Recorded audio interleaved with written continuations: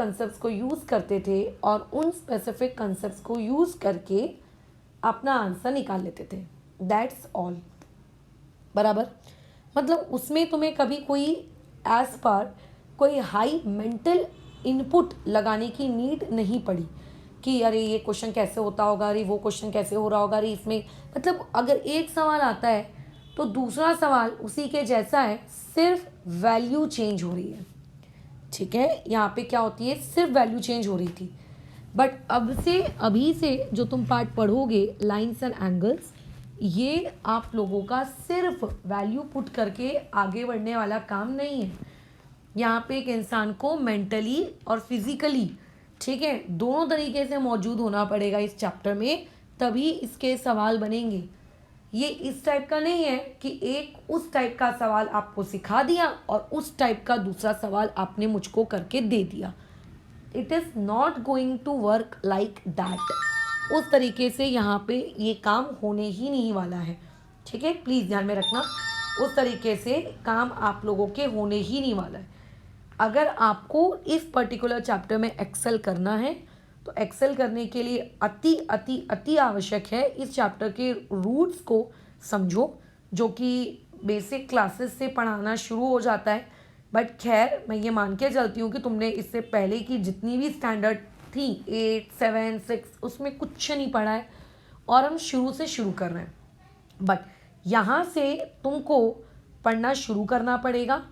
अब अगर तुम यहाँ पे इस तरीके का एटीट्यूड रखोगे, क्या जाने दो ना, ये तो अलजेब्रा के जैसा नहीं है ना, मेरे को सवाल ही नहीं बन रहे ना, अरे ऐसे कैसे, you have to work very hard. अगर तुम unless and until hard work यहाँ पे नहीं करोगे तो ये काम आप लोगों का नहीं होगा, बिल्कुल भी नहीं होगा। ठीक है, चलो शुरू करते हैं।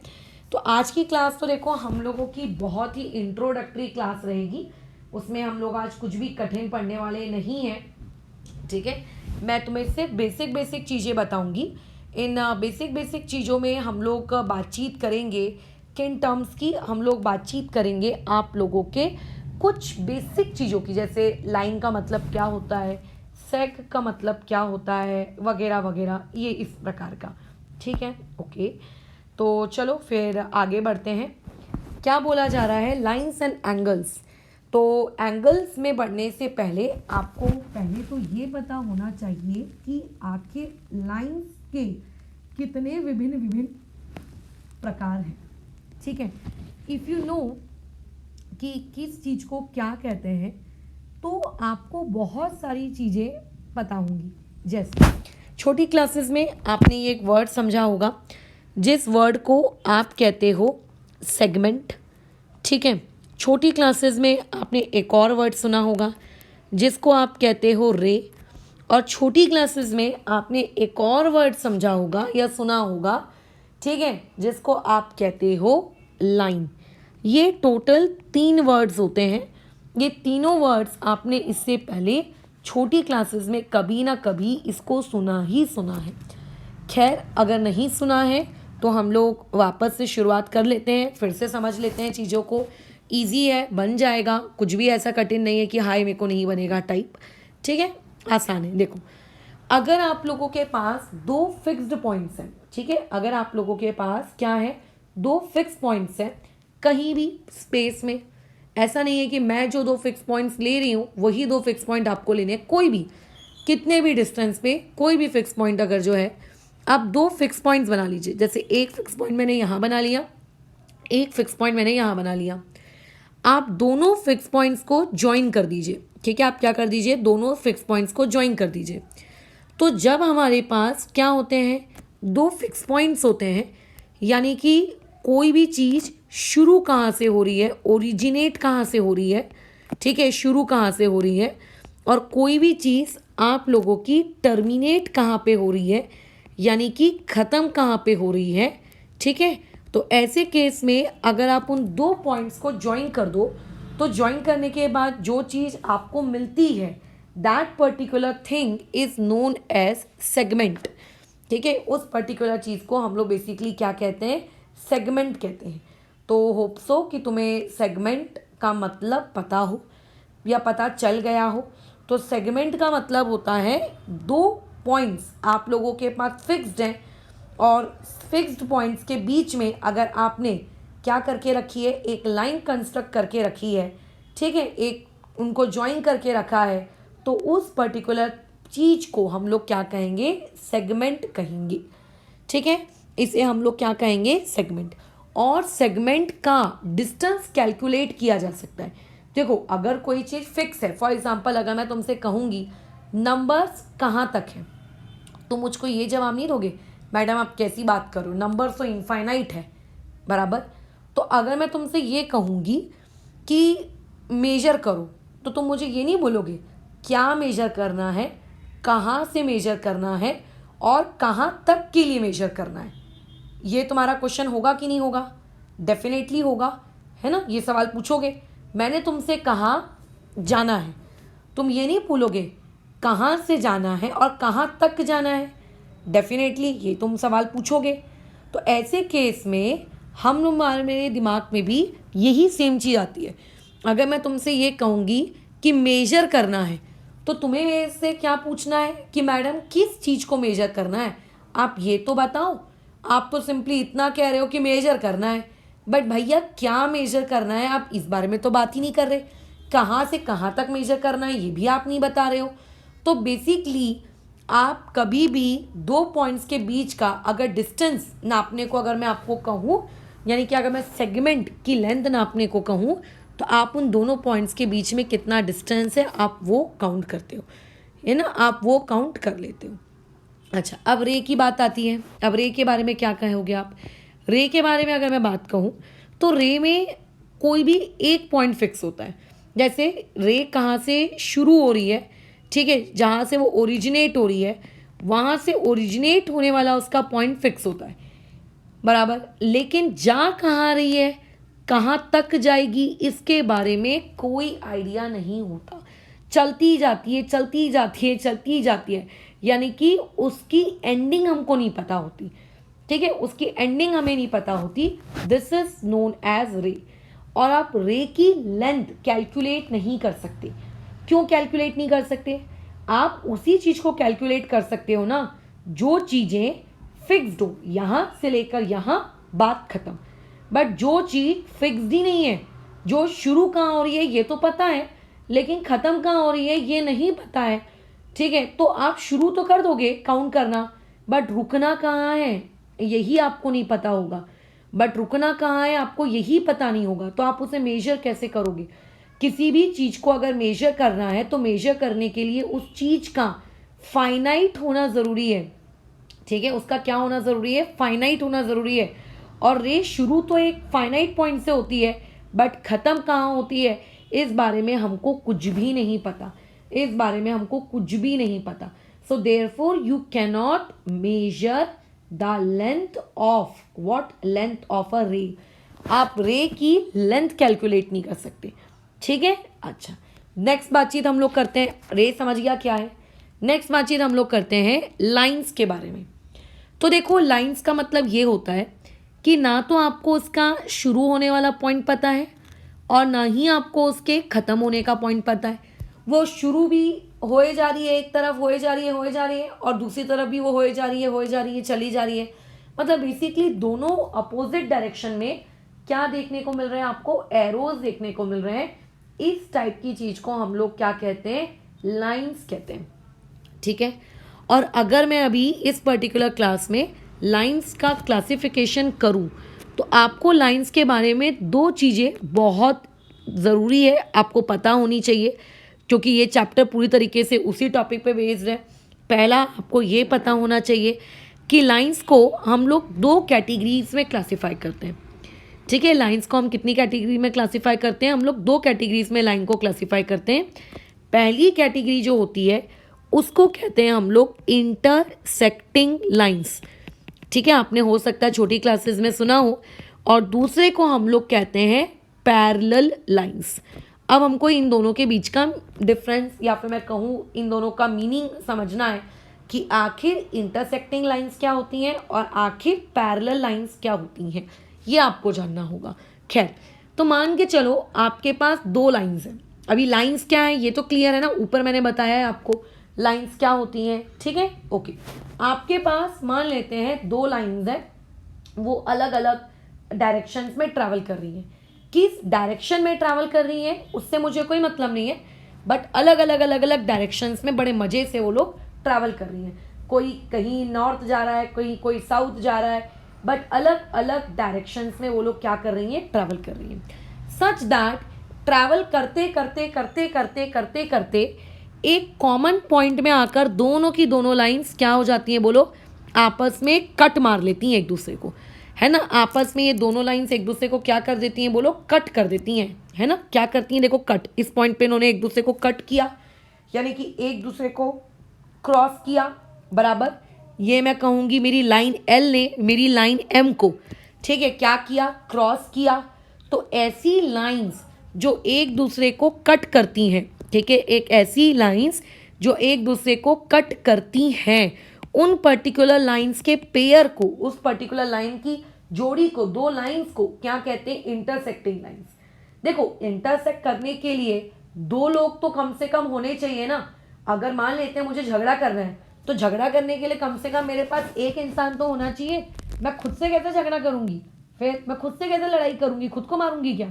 अगर मुझे मारपीट करनी है, मुझे झगड़ा करना है, मुझे बहस करनी है, तो मुझे एक और सामने पार्टनर चाहिए ना, जिसके साथ मैं झगड़ा कर सकूं, जिसके साथ मैं लड़ाई कर सकूं। तो ऐसे ही अगर ये जो वर्ड होता है इंटरसेक्टिंग लाइंस, ये कभी भी किसी एक के लिए डिफाइन नहीं होता है। ये कितनों के लिए डिफाइन होता है, ये दो लोगों के लिए डिफाइन होता है एटलीस्ट। मतलब दो लोग मिलकर क्या बनाते हैं, the concept of intersecting lines बनाते हैं। दो लोग मिलकर क्या बनाते हैं, कंसेप्ट ऑफ इंटरसेक्टिंग लाइंस बनाते हैं, कंसेप्ट ऑफ इंटरसेक्टिंग लाइंस, ठीक है। क्या बनाते हैं, कंसेप्ट ऑफ इंटरसेक्टिंग लाइंस। तो ऐसा मत सोचना कि अगर अकेली एक लाइन है तो उस अकेली एक लाइन को आप इंटरसेक्टिंग लाइन कहोगे। उस अकेली एक लाइन को आप इंटरसेक्टिंग लाइन भी नहीं कह सकते, और आप उसको पैरेलल लाइंस भी नहीं कह सकते, ठीक है। आप उसको ना तो इंटरसेक्टिंग कह सकते हो, ना ही आप उसको क्या कह सकते हो, पैरेलल कह सकते हो। क्योंकि पैरेलल या इंटरसेक्टिंग, ये जो दो वर्ड्स होते हैं, ये कब वैलिड होते हैं, जब हम लोगों के पास मोर देन वन लाइन हो। अब मोर देन वन में टू भी हो सकता है, थ्री भी हो सकता है, कितना भी हो सकता है, बट एटलीस्ट वन से ज़्यादा ही होना चाहिए। तो अगर दो लाइंस किसी एक पॉइंट पर एटलीस्ट आके कट करती हैं, ठीक है, तो उसको हम लोग क्या कहते हैं, इंटरसेक्टिंग लाइन। और उस पर्टिकुलर पॉइंट को हम लोग कहते हैं पॉइंट ऑफ इंटरसेक्शन, ठीक है। उस पर्टिकुलर पॉइंट को हम लोग क्या कहते हैं, पॉइंट ऑफ इंटरसेक्शन। जैसे शॉर्ट में मैं लिख देती हूँ POI, उसे क्या कहते हैं, पॉइंट ऑफ इंटरसेक्शन, यानी कि बोलो कौन, POI। अब बात आती है पैरेलल लाइंस की।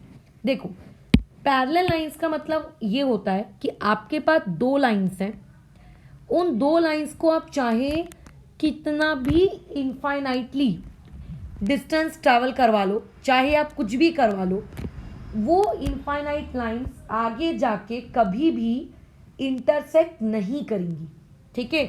जो कभी भी इंटरसेक्ट नहीं करेंगी, जो कट नहीं करेंगी। तो जो कट नहीं करेंगी ना, बस उन्हीं लाइन की जोड़ियों को या उन्हीं लाइंस के कॉम्बिनेशन को हम लोग क्या कहते हैं, पैरेलल लाइंस। पैरेलल लाइंस में एक्चुअली होता ये है कि उन दोनों लाइंस के बीच का जो ये डिस्टेंस होता है, ठीक है, कोई भी लाइन को आप पैरेलल लाइन कब कहोगे, जब उन दो लाइंस के बीच का जो ये डिस्टेंस होता है, ये डिस्टेंस कैसा होता है, कांस्टेंट होता है। कांस्टेंट का मतलब फिक्स, ठीक है। कांस्टेंट का मतलब क्या होता है, फिक्स। जैसे अगर मान लेते हैं जब हमने दोनों लाइन को ट्रैवल करवाना शुरू किया, तो उस वक्त उन दोनों के बीच में डिस्टेंस था, मान लेते हैं 5 सेंटीमीटर, है ना। कुछ समय बाद आप देखोगे तो भी उन दोनों के बीच में डिस्टेंस कितना है, 5 सेंटीमीटर। कुछ समय बाद देखोगे, और समय बाद देखोगे, और समय बाद देखोगे, देखते ही जाओगे, देखते ही जाओगे, देखते ही जाओगे, बट हमेशा उन दोनों लाइंस के बीच का जो डिस्टेंस रहेगा वो कितना रहेगा, फिक्स। वो कभी कम नहीं होगा, ना ही कभी ज़्यादा होगा। तो उन पर्टिकुलर लाइंस को हम लोग क्या कहते हैं, पैरेलल। तो पैरेलल लाइंस को अगर आपको डिफाइन करना है, तो डिफाइन करने के लिए दो वर्ड आपको बोलने चाहिए। पहला कि वो कभी कट नहीं करती, और दूसरा आपको ये बोलना चाहिए कि उनके बीच का जो डिस्टेंस होता है वो कैसा रहता है, फिक्स्ड रहता है, या फिर मैं ये कहूँ कि वो क्या रहता है, कांस्टेंट रहता है। जो भी लैंग्वेज तुम्हें अच्छी लगे, कांस्टेंट बोलना है कांस्टेंट बोलो, फिक्स बोलना है फिक्स बोलो, ठीक है, इसे हम लोग कहते हैं डन। ये वाली कहानी ठीक है, ओके।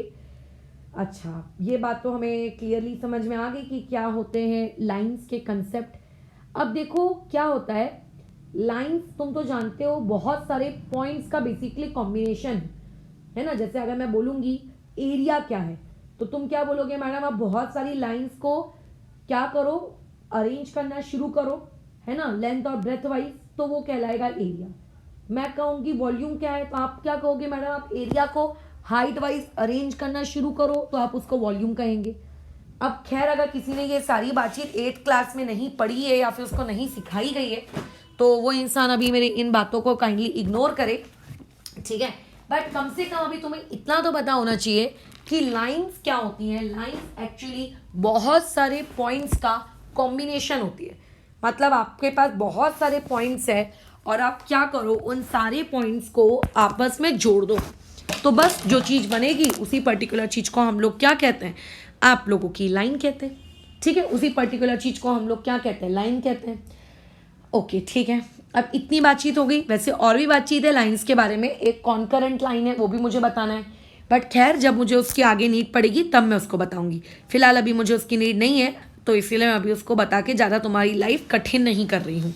तो ये हमने लाइंस को क्लासीफाई कर दिया, एक इंटरसेक्टिंग, एक पैरेलल। अच्छा, एक मैं लिखवा देती हूँ, चलो ठीक है, कभी करवा लो, बात के लिए क्यों रखना। एक को बेसिकली हम लोग कहते हैं कॉन करंट लाइन। क्या कहते हैं उसको, कॉन करंट लाइन। करंट लग गया लाइन को, लगता है, ठीक है, कॉन करंट लाइंस। अब देखो कॉन करंट लाइंस क्या होती है, इसको समझते हैं। यहाँ पे डायग्राम के वाया समझेंगे इस पर्टिकुलर कंसेप्ट को कि what do you mean by the term concurrent lines. अब ये कॉन करंट लाइंस आखिर किस बला का नाम है, ठीक है।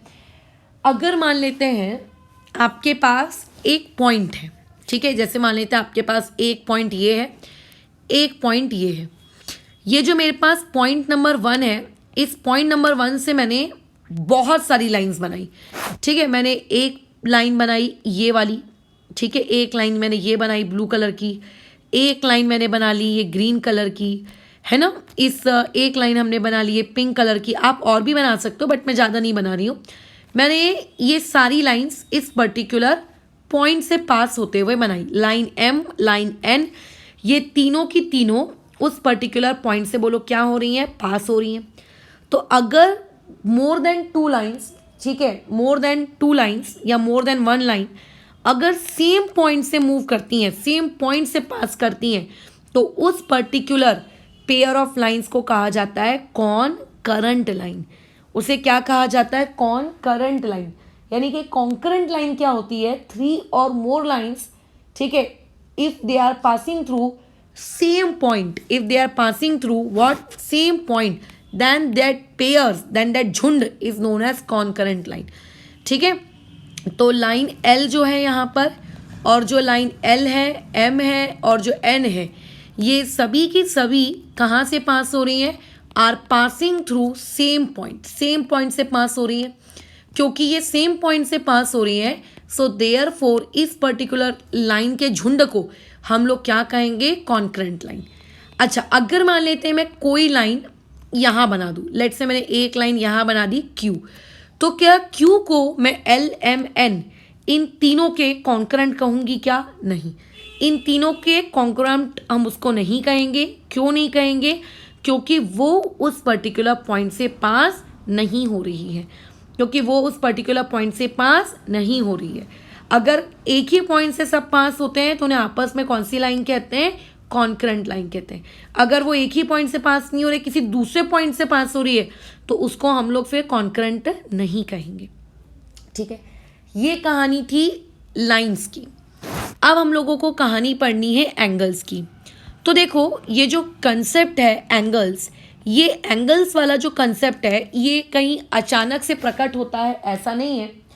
आप एक्चुअली एंगल्स को बनाते कैसे हो, बचपन से आप वैसे प्रोटेक्टर के सहायता से, या फिर जिसको मैं दूसरी भाषा में कहूँ डी की सहायता से आप एंगल्स बनाते आ रहे हो। और अगर मान लेते तो मैं एंगल्स बनाने नहीं आते, मैंने क्योंकि ऐसे बहुत सारे स्टूडेंट्स को देखा है 9th में आ जाते हैं, 10th में आ जाते हैं, बट उनको एंगल ड्रॉ करना नहीं आता।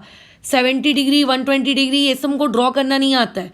तो अगर तुम वैसे हो जिनको ये सारी चीज़ें ड्रॉ करते नहीं आती, तो काइंडली जाके छोटे बच्चों की किताबों से या पेरेंट्स से या जहाँ से भी उस चीज़ को सीखो, क्योंकि बड़े हो गए हो ना, ये चीज़ आप ड्रॉ करते आनी ही चाहिए इस एज में।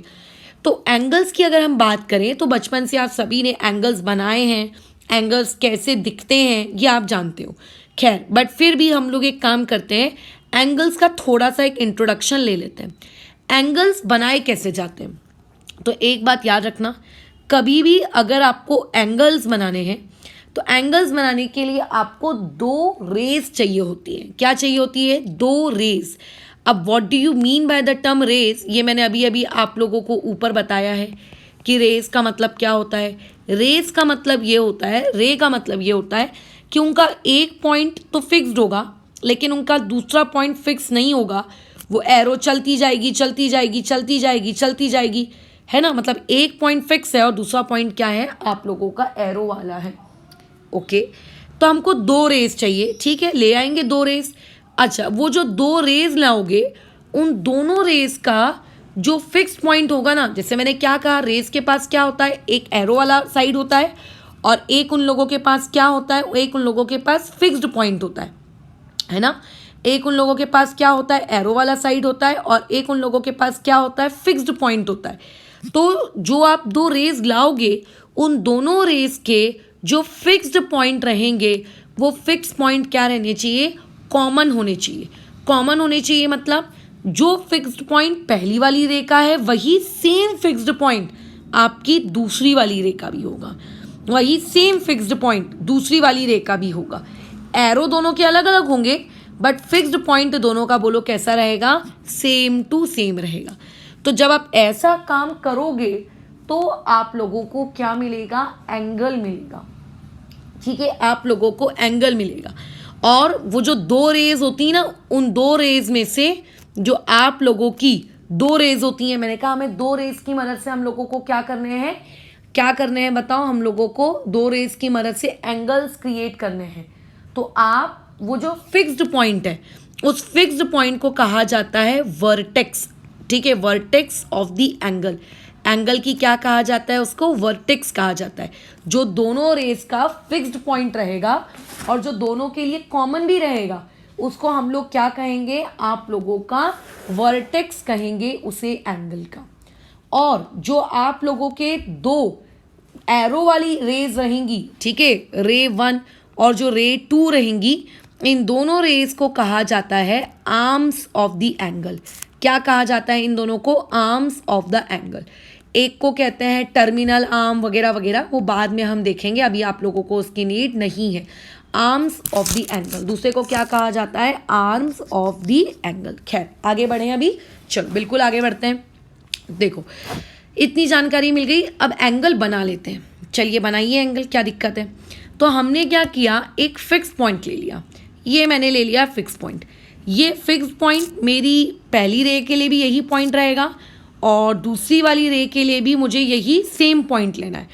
पहली वाली रे के लिए भी यही सेम फिक्स पॉइंट लूँगी और दूसरी वाली रे के लिए भी मैं यही सेम फिक्स पॉइंट लूँगी, ठीक है। इस फिक्स पॉइंट की मदद से मैंने एक लाइन ड्रॉ कर दी।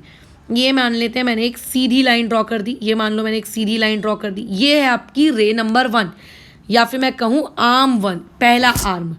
और मान के चलते हैं मैंने इसी सेम फिक्स पॉइंट से एक दूसरी भी रे ड्रॉ कर दी, ठीक है, दूसरी रे ड्रॉ कर दी। अब इसको हम लोग इस दोनों रेस के बीच का जो ये क्या रहता है, ये जो पर्टिकुलर दोनों रेस के बीच का ये जो आपको दिख रहा है ना, मार्क मैंने किया, इसी पर्टिकुलर चीज़ को हम लोग क्या कहते हैं? एंगल। फिलहाल अगर आप प्रोटेक्टर लेंगे, अगर आप डी लेंगे, तो डी की मदद से अगर आप कैलकुलेट करेंगे तो ये एंगल आपका कितना डिग्री का आएगा? 90 डिग्री का आएगा। ये एंगल कितने डिग्री का आएगा? 90 डिग्री का आएगा। लेकिन क्या हमेशा एंगल 90 डिग्री के आते हैं क्या? नहीं, एंगल तो 90 डिग्री से कम के भी हो सकते हैं, एंगल तो 90 डिग्री से ज़्यादा के भी हो सकते हैं। तो अगर मान लेते हैं इन दोनों आर्म्स के बीच का एंगल एग्जैक्टली 90 डिग्री आया, तो उस पर्टिकुलर केस को हम लोग क्या कहते हैं? राइट एंगल, ठीक है। उस पर्टिकुलर केस को हम लोग क्या कहते हैं? Right angle. बट अगर मान के चलो कि दोनों आर्म्स के बीच का जो एंगल है, मान के चलिए वो क्या हो गया? आप लोगों के 90 डिग्री से क्या आया बताओ, 90 डिग्री से लेस आया है ना, 90 डिग्री से कैसा आया, छोटा आया। या एक केस ये भी हो सकता है कि वो जो आपका एंगल है वो 90 डिग्री से बोलो कैसा आए, ज़्यादा आ जाए, ये भी एक केस हो सकता है। तो अगर वो 90 डिग्री से लेस आ गया तो उस पर्टिकुलर केस को क्या कहा जाता है, एक्यूट एंगल। उस पर्टिकुलर केस को क्या कहा जाता है, एक्यूट एंगल, है ना। अगर कभी भी दो आर्म्स के बीच का जो एंगल है वो कैसा आए, लेस देन 90 डिग्री आए तो उसे कहते हैं acute angle, greater than 90 degree आए तो उसको क्या कहते हैं, ऑब्ट्यूज एंगल। उसे क्या कहते हैं हम लोग, ऑब्ट्यूज एंगल। खैर जब आप ऑब्जर्व करोगे तो आपको पता चलेगा कि जो एक्यूट एंगल्स होते हैं वो जनरली इस तरीके के दिखते हैं, चोंच, मतलब ऐसे चोंच बने हुए, क्लिप के जैसे। कपड़े जब हम सुखाते हैं तो क्लिप कैसी दिखती है ना, क्लिप, कपड़े सुखाने वाली कपड़ों के ऊपर क्लिप लगाते हैं ताकि कपड़े उड़ ना जाएं, वो क्लिप कैसी दिखती है, बस वैसे ही दिखता है एक्यूट एंगल। और दूसरे होते हैं ऑब्ट्यूज एंगल, एकदम फैल के लेटे होते हैं, ऐसे लेटे हुए, यानी कि एकदम मस्त चौड़े होकर, जैसे वो आराम करने वाली कुर्सी नहीं होती है जिसके ऊपर लेट कर एक इंसान बुक्स वगैरह पढ़ता है, या फिर बीच में अगर आप जाओ तो सी बीच के पास एक कुर्सी लगी हुई होती है जहाँ पे बैठ के अपन समुद्र को निहारते रहते हैं। वो कुर्सी कैसी होती है, एकदम फैली हुई, है ना। तो वो क्या कहलाती है, ऑब्ट्यूज एंगल। जो कुर्सियाँ हमारे घर में होती हैं वो क्या होती हैं, राइट एंगल। और जो कपड़े सुखाने वाली क्लिप होती है वो क्या होती है आप लोगों की, एक्यूट एंगल।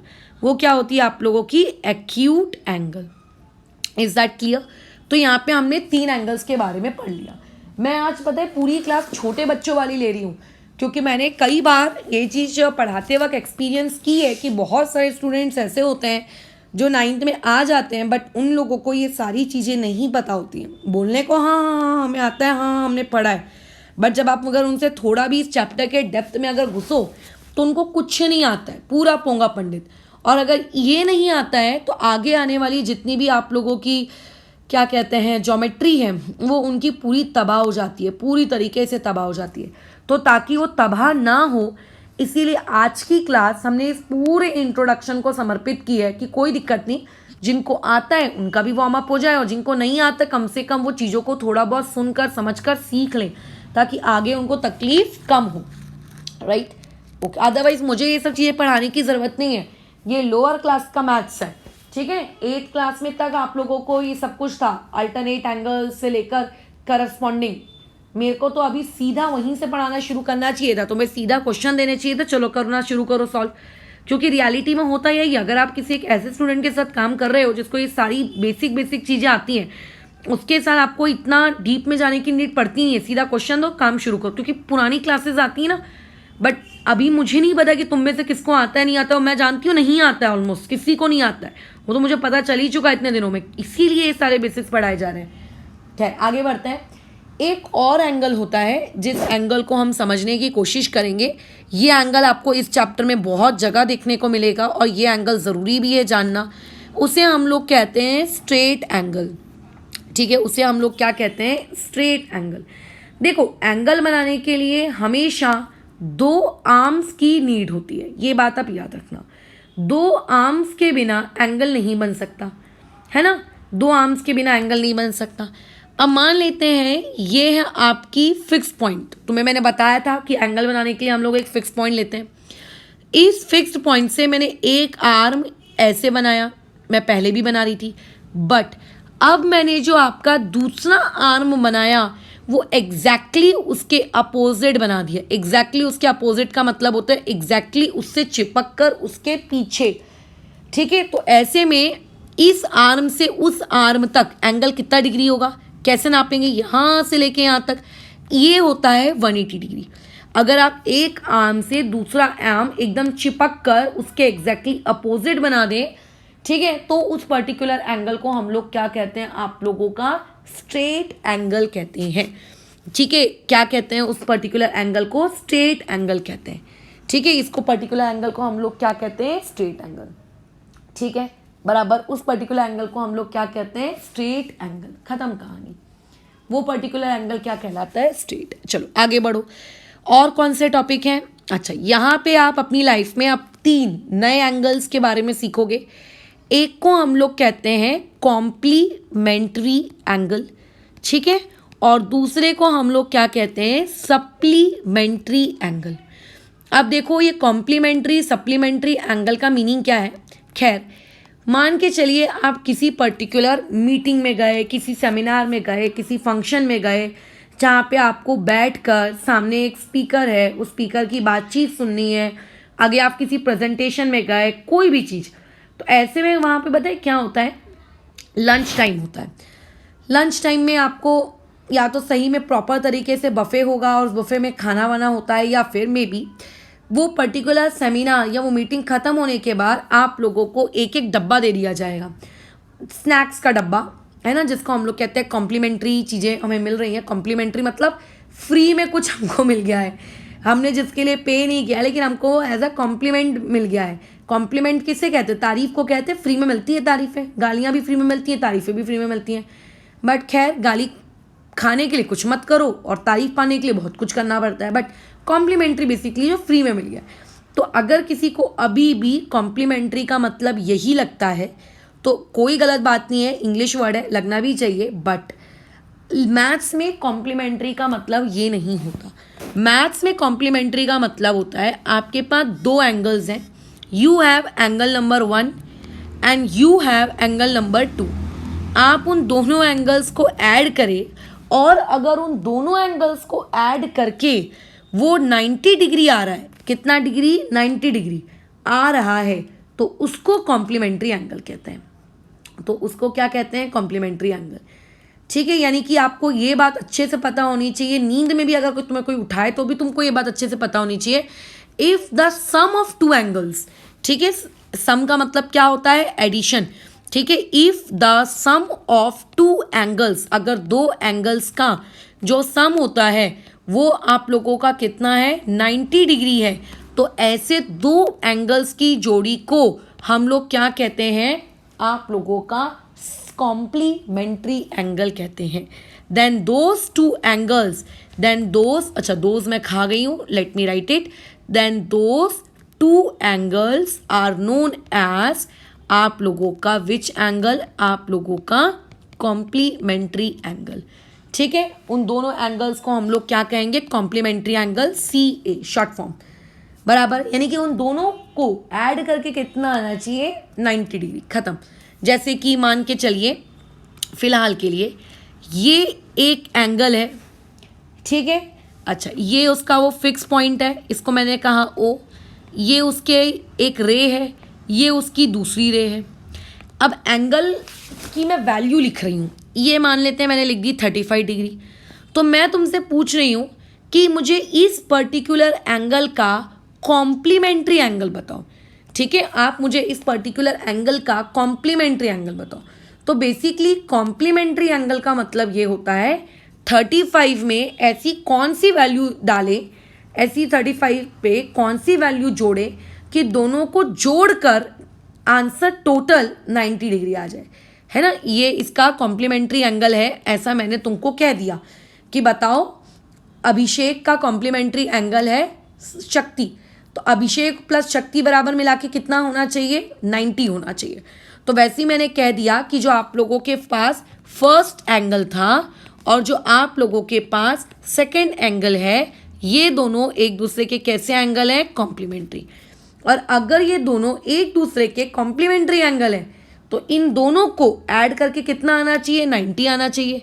अब थोड़ा सा भेजा इस्तेमाल करो। वैसे तो इस पर्टिकुलर क्वेश्चन को मैं तुमको लिख लिख कर भी सॉल्व करके दे सकती हूँ, बट बड़े बच्चे बन गए ना, थोड़ा सा ब्रेन यूज़ करो।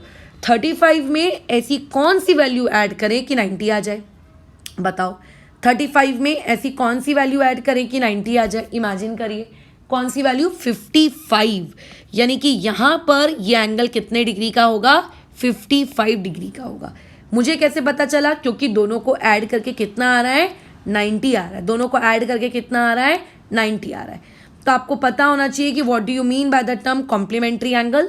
सिमिलरली अगर हम बात करें अब सप्लीमेंट्री एंगल की, तो सप्लीमेंट्री एंगल का मतलब ये होता है कि अगर आपके पास दो एंगल्स हैं तो आप उन दोनों एंगल्स को ऐड करिए, एंगल 1 को ऐड करिए एंगल 2 के साथ, और उनका एडिशन कितना डिग्री आना चाहिए, 180 डिग्री आना चाहिए। अगर उन दोनों का एडिशन 180 डिग्री आता है तो ऐसे एंगल्स की जोड़ी को हम लोग कौन से एंगल कहेंगे? सप्लीमेंट्री। कंफ्यूज मत होना, स्टूडेंट कंफ्यूज हो जाते हैं, ठीक है, कि सप्लीमेंट्री में 180 था कि कॉम्प्लीमेंट्री में 180 था, तो बस कंफ्यूज मत होना, बराबर। इस टाइप के क्वेश्चंस किस तरीके से टैकल करने हैं वो मैं डेफिनेटली सिखाऊंगी, प्रैक्टिस क्वेश्चंस लूंगी इसके। अभी तो आज हम लोग खैर इंट्रोडक्शन और पूरी की पूरी थियरी ही ले रहे हैं। तो अगर आपके पास मान लेते हैं 2 एंगल्स हैं और उन दोनों एंगल्स का जो सम है, अगर वो मान के चलिए कितना है आप लोगों का 180 डिग्री है, तो उस पर्टिकुलर एंगल की जोड़ी को क्या कहा जाएगा? Supplementary angle. यानी कि अगर मैं तुमसे कहूं कि लो ये जो है मेरा एंगल, ये फर्स्ट एंगल है, इस फर्स्ट एंगल की वैल्यू 35 डिग्री है, और मैं कहूं कि ये जो बाजू का दूसरा एंगल है इसकी वैल्यू क्या होगी यदि ये फर्स्ट एंगल और ये जो सेकेंड एंगल है इन दोनों को, या फिर मैं कहूं ये दोनों एंगल एक दूसरे के कैसे हैं? सप्लीमेंट्री एंगल है। एक दूसरे के क्या है? सप्लीमेंट्री एंगल है। तो तुम्हारे दिमाग में तुरंत ये चीज़ आनी चाहिए कि अच्छा मैडम, अगर ये दोनों एक दूसरे के सप्लीमेंट्री एंगल्स हैं, इसका मतलब इन दोनों को ऐड करके 180 आना चाहिए। तो सोचो, दिमाग लगाओ, 35 में ऐसी कौन सी वैल्यू जोड़े कि 180 आ जाए?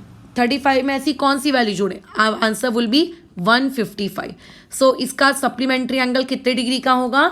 सप्लीमेंट्री एंगल इसके 155 डिग्री का होगा। तो ये 2 वर्ड्स थे जो तुम्हें पता होने चाहिए थे, ठीक है। एक हो गया आप लोगों का कौन सा? कॉम्प्लीमेंट्री एंगल, और दूसरा हो गया आप लोगों के सप्लीमेंट्री एंगल्स, ठीक है। क्या ये दोनों वर्ड्स क्लियर हैं? क्या मैं कह रही हूँ, क्या बातचीत हो रही है वगैरह वगैरह? ठीक है, चलो आगे बढ़ते हैं नेक्स्ट केस में। Next case is reflex angle. ये बहुत ज़रूरी है, तुम लोगों को अलग अलग कदम पे, अलग अलग जगहों पे ये रिफ्लेक्स वर्ड सुनने को मिलेगा ही मिलेगा। रिफ्लेक्स एंगल, अब हम देखते हैं भैया आखिर ये रिफ्लेक्स एंगल क्या है। कई लोगों को बायोलॉजी से प्यार होता है, तो उन लोगों को तो ये वर्ड सुना सुना लग रहा होगा, रिफ्लेक्स एक्शन, है ना। बायोलॉजी में एक टर्म होती है जिसको हम लोग कहते हैं reflex action. What do you mean by this term reflex action? जैसे अगर किचन में कोई खाने का सामान रखा है और तुम जाकर उस किचन के सामान की प्लेट को टच करो, बहुत गरम गरम है, तो तुम क्या करोगे? इंस्टेंटली अपनी हाथ वहाँ से हटा लोगे ना कि अरे मेरे को तो झटका लग रहा है, मेरे को तो अपना हाथ हटाना चाहिए, कि गधे जैसे वहाँ पे हाथ चिपका के रखोगे? Obviously not. तुम क्या करोगे? अपना हाथ वापस पीछे खींच लोगे। अगर तुम्हें कांटा चुभ गया, अगर तुम्हें गरम गरम लग गया इस वजह से, इसे कहते हैं रिफ्लेक्स एक्शन। किसी भी गंदा तो नहीं बोलना चाहिए, किसी भी ऐसे इंसिडेंट्स जिसकी वजह से हमारी बॉडी को हार्म पहुंच रहा है, या हम लोगों को कुछ डर लग रहा है, या कोई भी जिसके रिस्पॉन्स में हमारी बॉडी क्विक एक्शन लेती है, बिना सोचे समझे फटाफट एक्शन ले लेती है, that is basically known as आप लोगों का रिफ्लेक्स एक्शन।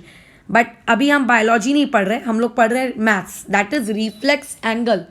तो देखो, पहली बात तो रिफ्लेक्स एंगल की एक बात आपको याद रखनी है। रिफ्लेक्स एंगल की सिर्फ एक बात आपको याद रखनी है कि रिफ्लेक्स एंगल की जो वैल्यू होती है, ठीक है, वो 180 से, ठीक है, जो वैल्यू होती है किस चीज़ की? आप लोगों के रिफ्लेक्स एंगल यानी कि RA की, वो 360 से 180 के बीच में होती है। वो क्या होती है? 360 से 180 के बीच में होती है, ठीक है। मतलब 180 से 360 के बीच में रिफ्लेक्स एंगल की वैल्यू लाई करती है। रिफ्लेक्स एंगल की वैल्यू 180 से 360 डिग्री के बीच में लाई करती है। कोई भी रिफ्लेक्स एंगल हो उसकी वैल्यू हमेशा क्या होगी? क्या नाम है आपका? 180 और 360 के बीच में ही होगी, ठीक है, हमेशा। खैर, अब अगर मान लेते हैं मैं तुम्हें कभी किसी का रिफ्लेक्स एंगल निकालने को कहूँ, तो देखो एक सिंपल सी चीज़ है, उसका फंडा समझो। अगर तुम्हें ये फंडा समझेगा ना तो आगे बहुत सारे चैप्टर्स में तुमको हेल्प होगी, बहुत सारे चैप्टर्स में, मतलब बहुत सारे। मैंने आपको कोई भी एक एंगल ड्रॉ करके दे दिया, कोई भी एक एंगल। लेट से मैंने आपको ये एक एंगल ड्रॉ करके दे दिया। अच्छा, एंगल को हम रीड कैसे करते हैं? एंगल को रीड करना भी आपको बचपन में सिखाया जाता है। खैर, मैं वापस से सिखा देती हूँ। ये जो फिक्स पॉइंट होता है, इसको लेट से मैंने A नाम दिया है, इसको मैंने P नाम दिया है, इसको मैंने नाम दिया है S। तो हमेशा एंगल का नाम लिखते वक्त या बोलते वक्त वो जो फिक्स पॉइंट है जिसको हम लोग बेसिकली क्या कहते हैं, वर्टेक्स कहते हैं, वो बीच में आना चाहिए। यानी कि इसको मैं कैसे रीड करूंगी, इसको मैं रीड करूंगी एंगल PAS, या फिर मैं इसको रीड करूंगी एंगल SAP। जो आपको कंफर्टेबल लगे आप वो यूज़ कर सकते हो, बट वर्टेक्स बीच में आनी चाहिए, बात खत्म। ठीक है, ओके। ये एंगल दिया हुआ है। देखो ये जो पॉइंट है ना, ये जो पॉइंट A है, इस पॉइंट A से अगर आप डिवाइडर रखो, अगर आप इस पॉइंट A पर डिवाइडर रखो, तो आप देखोगे कि ये पॉइंट A एक सेंटर के जैसे एक्ट कर रहा है, और इस पॉइंट A के आजू बाजू एक सर्कल बनाया जा सकता है। क्या बनाया जा सकता है? सर्कल बनाया जा सकता है। मतलब किसी भी एंगल की जो वर्टेक्स होती है वो एक सर्कल क्रिएट कर सकती है। किसी भी एंगल की जो एक वर्टेक्स होती है वो सर्कल क्रिएट कर सकती है। अब देखो ये मैंने एक सर्कल क्रिएट कर दिया छोटा सा। ये एंगल, ये जो PAS है, PAS बेसिकली हम लोग इसको कहेंगे, एक मिनट। हाँ मैं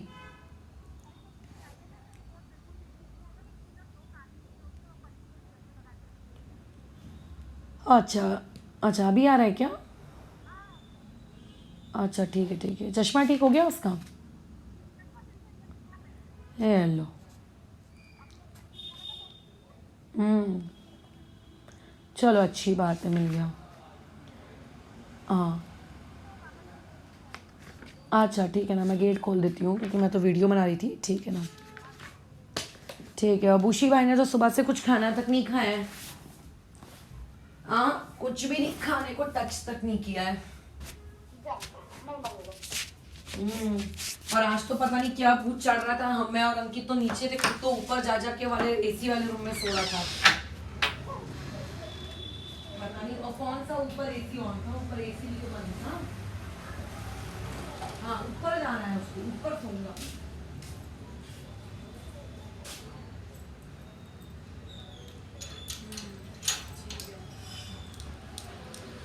ठीक है, रखती मैं भी, आप क्लास में ले लेती हूँ।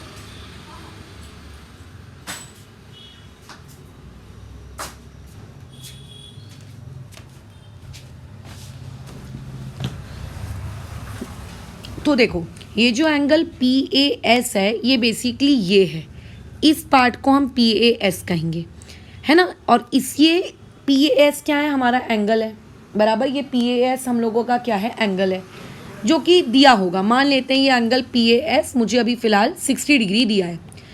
तो एक बात याद रखना, जो एक कंप्लीट सर्कल होता है ना, एक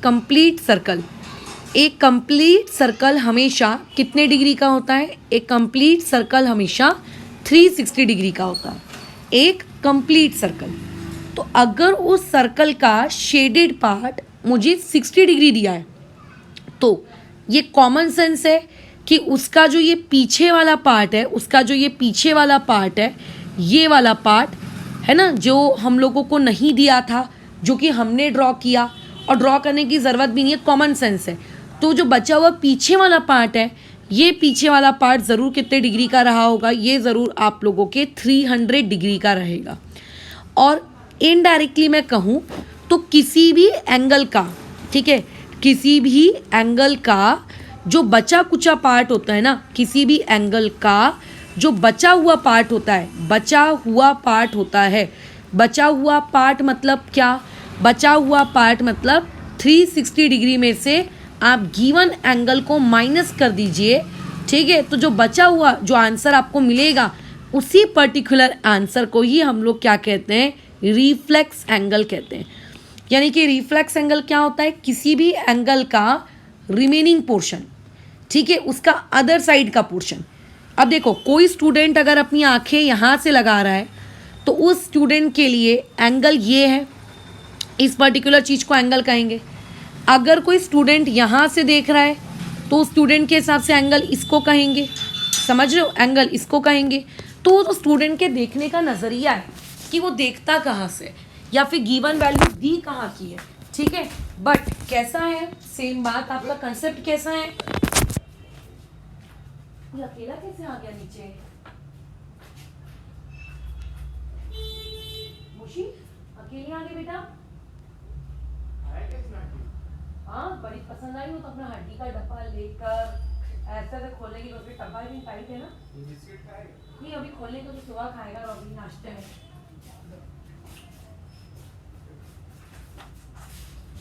हड्डी का डब्बा देख के वो एकदम होता है पगलाता है। ऐसा वाला है। हाँ वो खुलता है, मैंने पिछली बार गलत फाड़ दिया था। खाने वाला तो है।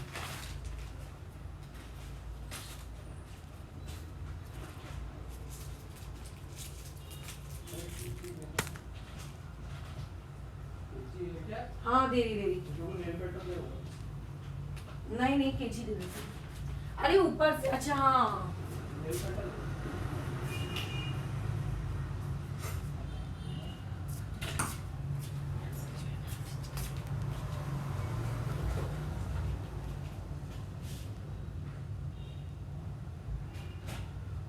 इससे क्या होता है फैट भी रह जाता है ना। ये खाइए, वही खाइए बच्चे बच्चे लगे और दोस्ती जैसे लगे। भाभी की बेइज्जती नहीं करना, कभी गुस्सा करता बोलना। लेकिन तुम अंकित के बिना कैसे आ गए? वाला तो छुपा छुपा था। अच्छा ओ वो काफी का हो। वो काफी का। अभी मुगी बैंक के साथ डिस्कशन चल रहे हैं। रॉबी क्या आ रहा है? तुम्हारी आवाज सुन के क्या? हाँ भरत है। ये adult वाला है। हाँ बोल रहे थे छोटे छोटे थे क्योंकि इधर आओ, अभी बॉल लेके आ। बॉल ही लेके आया, भैया बैठी थी ना। बॉल कहाँ है? बॉल बॉल कहाँ है? बोला भैया बॉल तो ये है।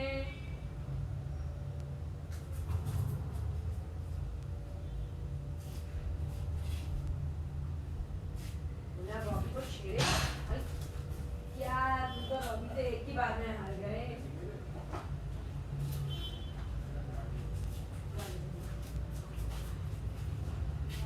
चला क्या अपनी बॉल लेके?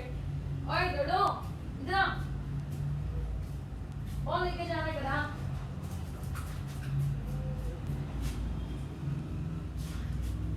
इसका बाउल कब आएगा? अरे उसके यहाँ रखा है, वो दुकान में था ना सुबह, दुकान का काम चालू था, वो लेके नहीं आया। बोला था शाम को छोड़ दूंगा। ठीक है तो उसके यहाँ का लेबर होगा, वो मिस्त्री काम कर रहा होगा, वो केस वगैरह का। तो मैं हड्डी का डब्बा लिया, वो बोलता 2-4 मेरे को दे दो। मैं कहा तुम क्या करो, मैं कुत्तों की हो, मेरे कुत्ते को गिरा हूँ। हमसे मानो जिसके मैंने कहा 450 का डब्बा है और तेरे को है।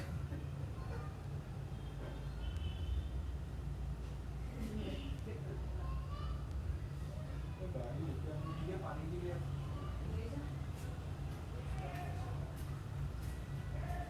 वहां से अंकित नहीं आएगा जब देख रहा है टुकर टुकर।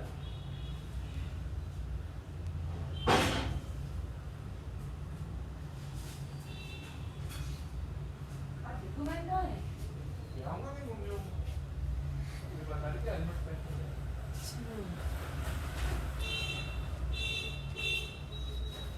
तो 2-2 मिनट के लिए भी अपनी बाइक अंदर रखता है उधर पगला। वो उनकी आदत हुई है ना उनकी, घर में भी वो खटारी स्कूटी अंदर रखेंगे खुशबू है। हे भगवान। तक इसके टाइम हेलो, अरे वो गाड़ी लेके आना है कि पानी पी? ठीक है। रॉबी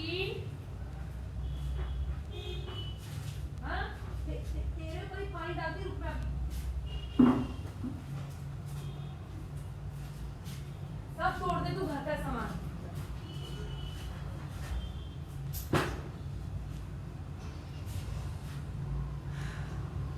छे।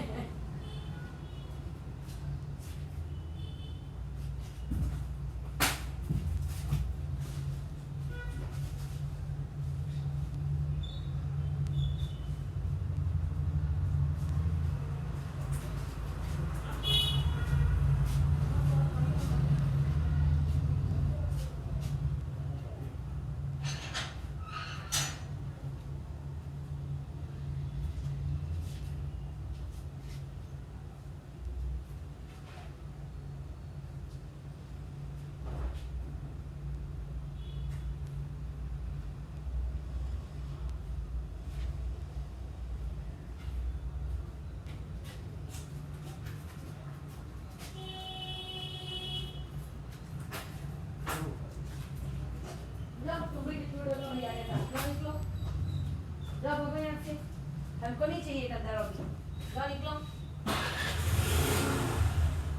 जाओ भागो यहाँ से।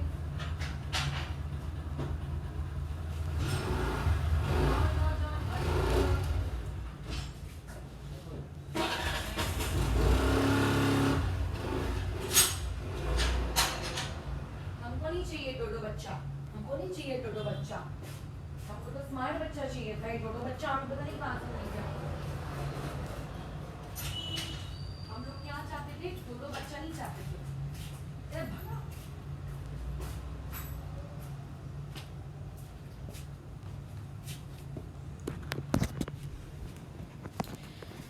ठीक है, तो रिफ्लेक्स एंगल का मतलब समझ गए हो कि अगर आपको कोई भी एंगल दिया है तो उसका जो अदर साइड है, अदर साइड कहूँ या मैं सीधा सीधा कहूँ 360 माइनस करके जो बचा हुआ पार्ट है, उस बचे हुए पार्ट को बेसिकली हम लोग क्या कहेंगे, रिफ्लेक्स एंगल कहेंगे।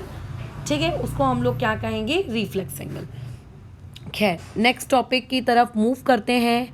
Next topic is adjacent angle. अब देखो, ये जो वर्ड होता है एडजेसेंट एंगल, ये बहुत ज़्यादा आवश्यक है, क्योंकि एडजेसेंट एंगल्स आपको बहुत जगह यूज़ करने होते हैं, इस चैप्टर में भी, ट्रायंगल्स वाले चैप्टर में भी, और आगे आने वाली हर ज्योमेट्री की बातचीत में आप इस पर्टिकुलर कंसेप्ट को यूज़ करते हो। देखो, एडजेसेंट एंगल के कुछ पॉइंट्स हैं, जैसे कि पॉइंट नंबर 1, ठीक है, पॉइंट नंबर 1 ये कि इन लोगों के पास जो रहेगा, एडजेसेंट का मतलब होता है आजू बाजू, ठीक है, एडजेसेंट का मतलब होता है आजू बाजू, आजू बाजू वाले। तो बेसिकली अगर मैं इंग्लिश टू हिंदी ट्रांसलेट करूँ तो एडजेसेंट एंगल का एक ही मीनिंग निकलता है, और वो मीनिंग क्या निकलता है कि आजू बाजू वाले, आजू बाजू angles are known as adjacent angles. दूसरी चीज़, एडजेसेंट एंगल के बारे में और हम लोगों को क्या पता है, एडजेसेंट एंगल्स जो होते हैं, इन लोगों के पास सेम क्या होता है, वर्टेक्स होती है। वर्टेक्स को ही दूसरी लैंग्वेज में हम लोग क्या कहते हैं, फिक्स्ड पॉइंट। मैंने आपको अभी अभी ऊपर मतलब बताया था ना। अच्छा, एज वेल एज इन लोगों के पास एक कॉमन आर्म भी होती है। What do you mean by the common arm? देखो, अगर दो एंगल्स की बात हो रही है तो कायदे से टोटल कितनी आर्म्स होनी चाहिए, 4। पहले वाले एंगल की 2 आर्म्स, दूसरे वाले एंगल्स की 2 आर्म्स। सही कह रही हूँ मैं? ठीक है, if we are talking about 2 angles, अगर हम 2 एंगल्स की बात कर रहे हैं तो 2 एंगल्स की बातचीत में आप लोगों के पास टोटल कितनी आर्म्स होनी चाहिए, 4 आर्म्स होने चाहिए, और आप लोगों के पास 2 वर्टेक्स यानी कि 2 फिक्स पॉइंट होने चाहिए। बट अगर हम एडजेसेंट एंगल्स की बात करें तो एडजेसेंट एंगल के पास 3 आर्म्स होते हैं और एक फिक्स्ड पॉइंट होता है, यानी कि दोनों एंगल के लिए जो वर्टेक्स होती है वो दोनों की सेम होती है। ठीक है, उन दोनों के लिए जो वर्टेक्स होती है वो दोनों के लिए कैसी होती है, सेम होती है। दोनों एक ही पॉइंट से शुरू होते हैं, और एज वेल एज दोनों के लिए जो आर्म होता है, एक आर्म दोनों का कैसा होता है, सेम होता है। दोनों का एक आर्म भी कैसा रहता है, सेम होता है। यानी कि कुछ इस तरीके से मैं ड्रॉ करके बताती हूँ, 1 मिनट।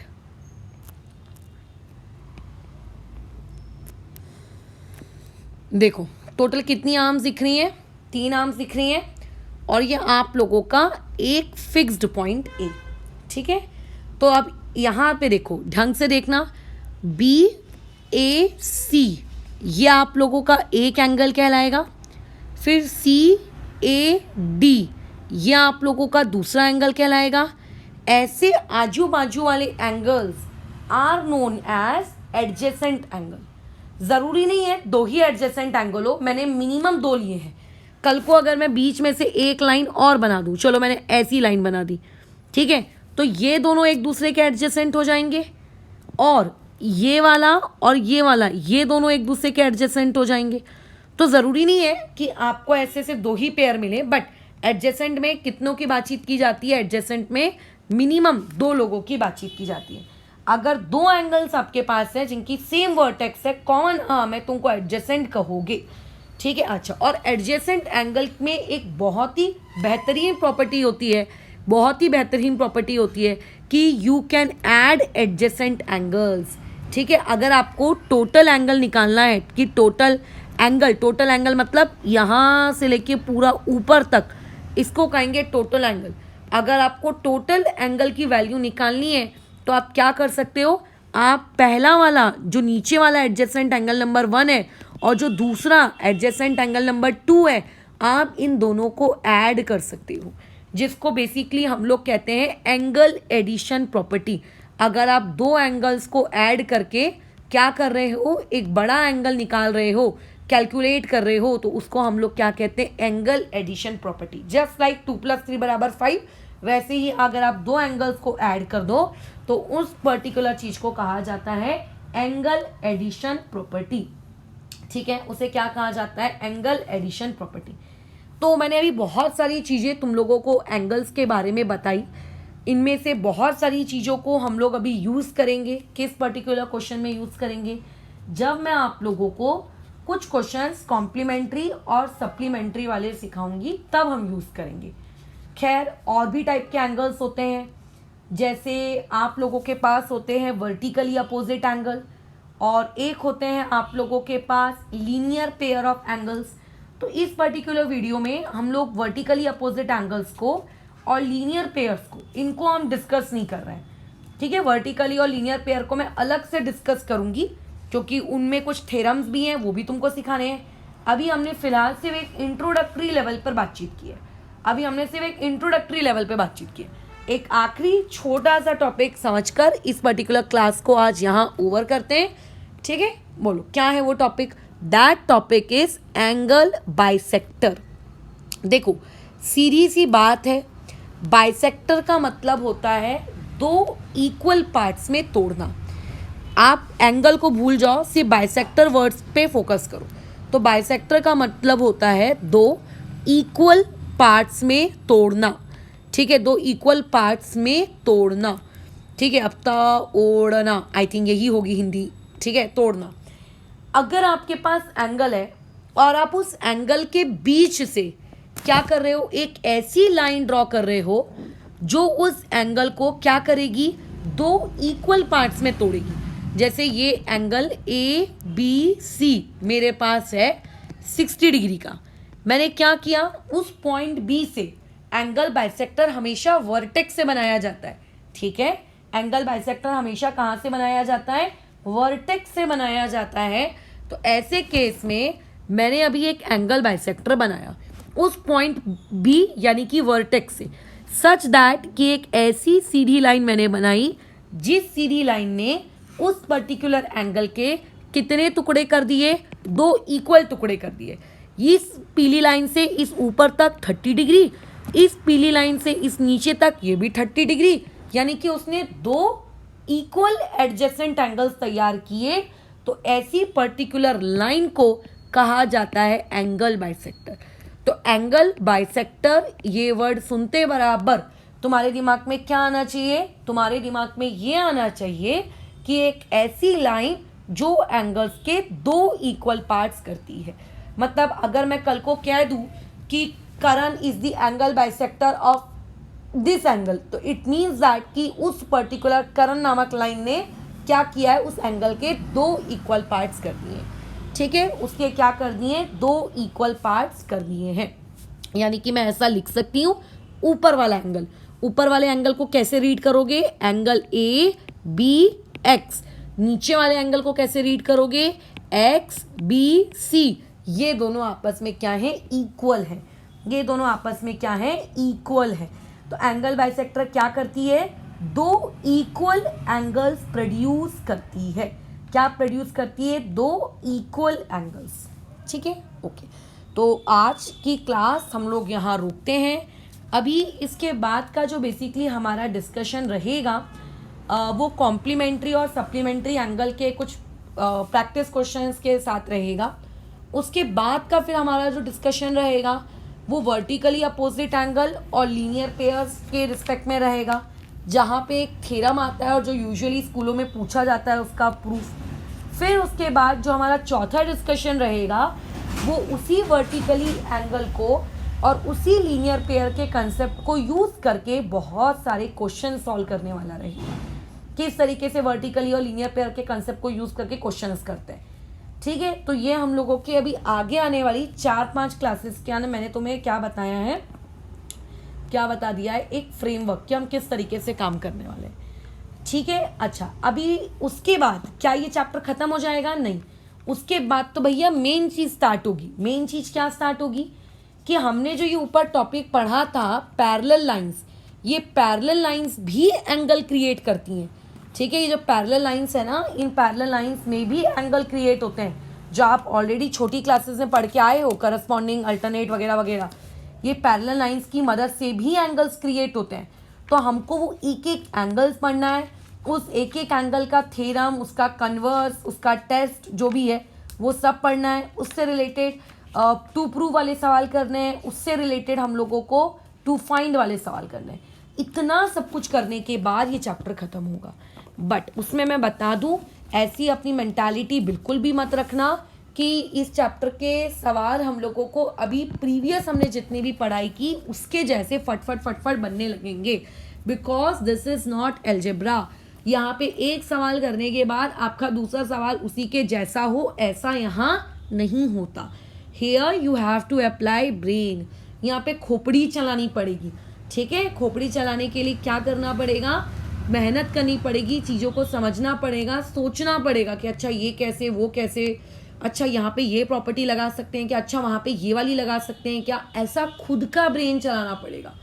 अगर खुद का ब्रेन नहीं चलाओगे तो सवाल नहीं बनेंगे, ठीक है। सो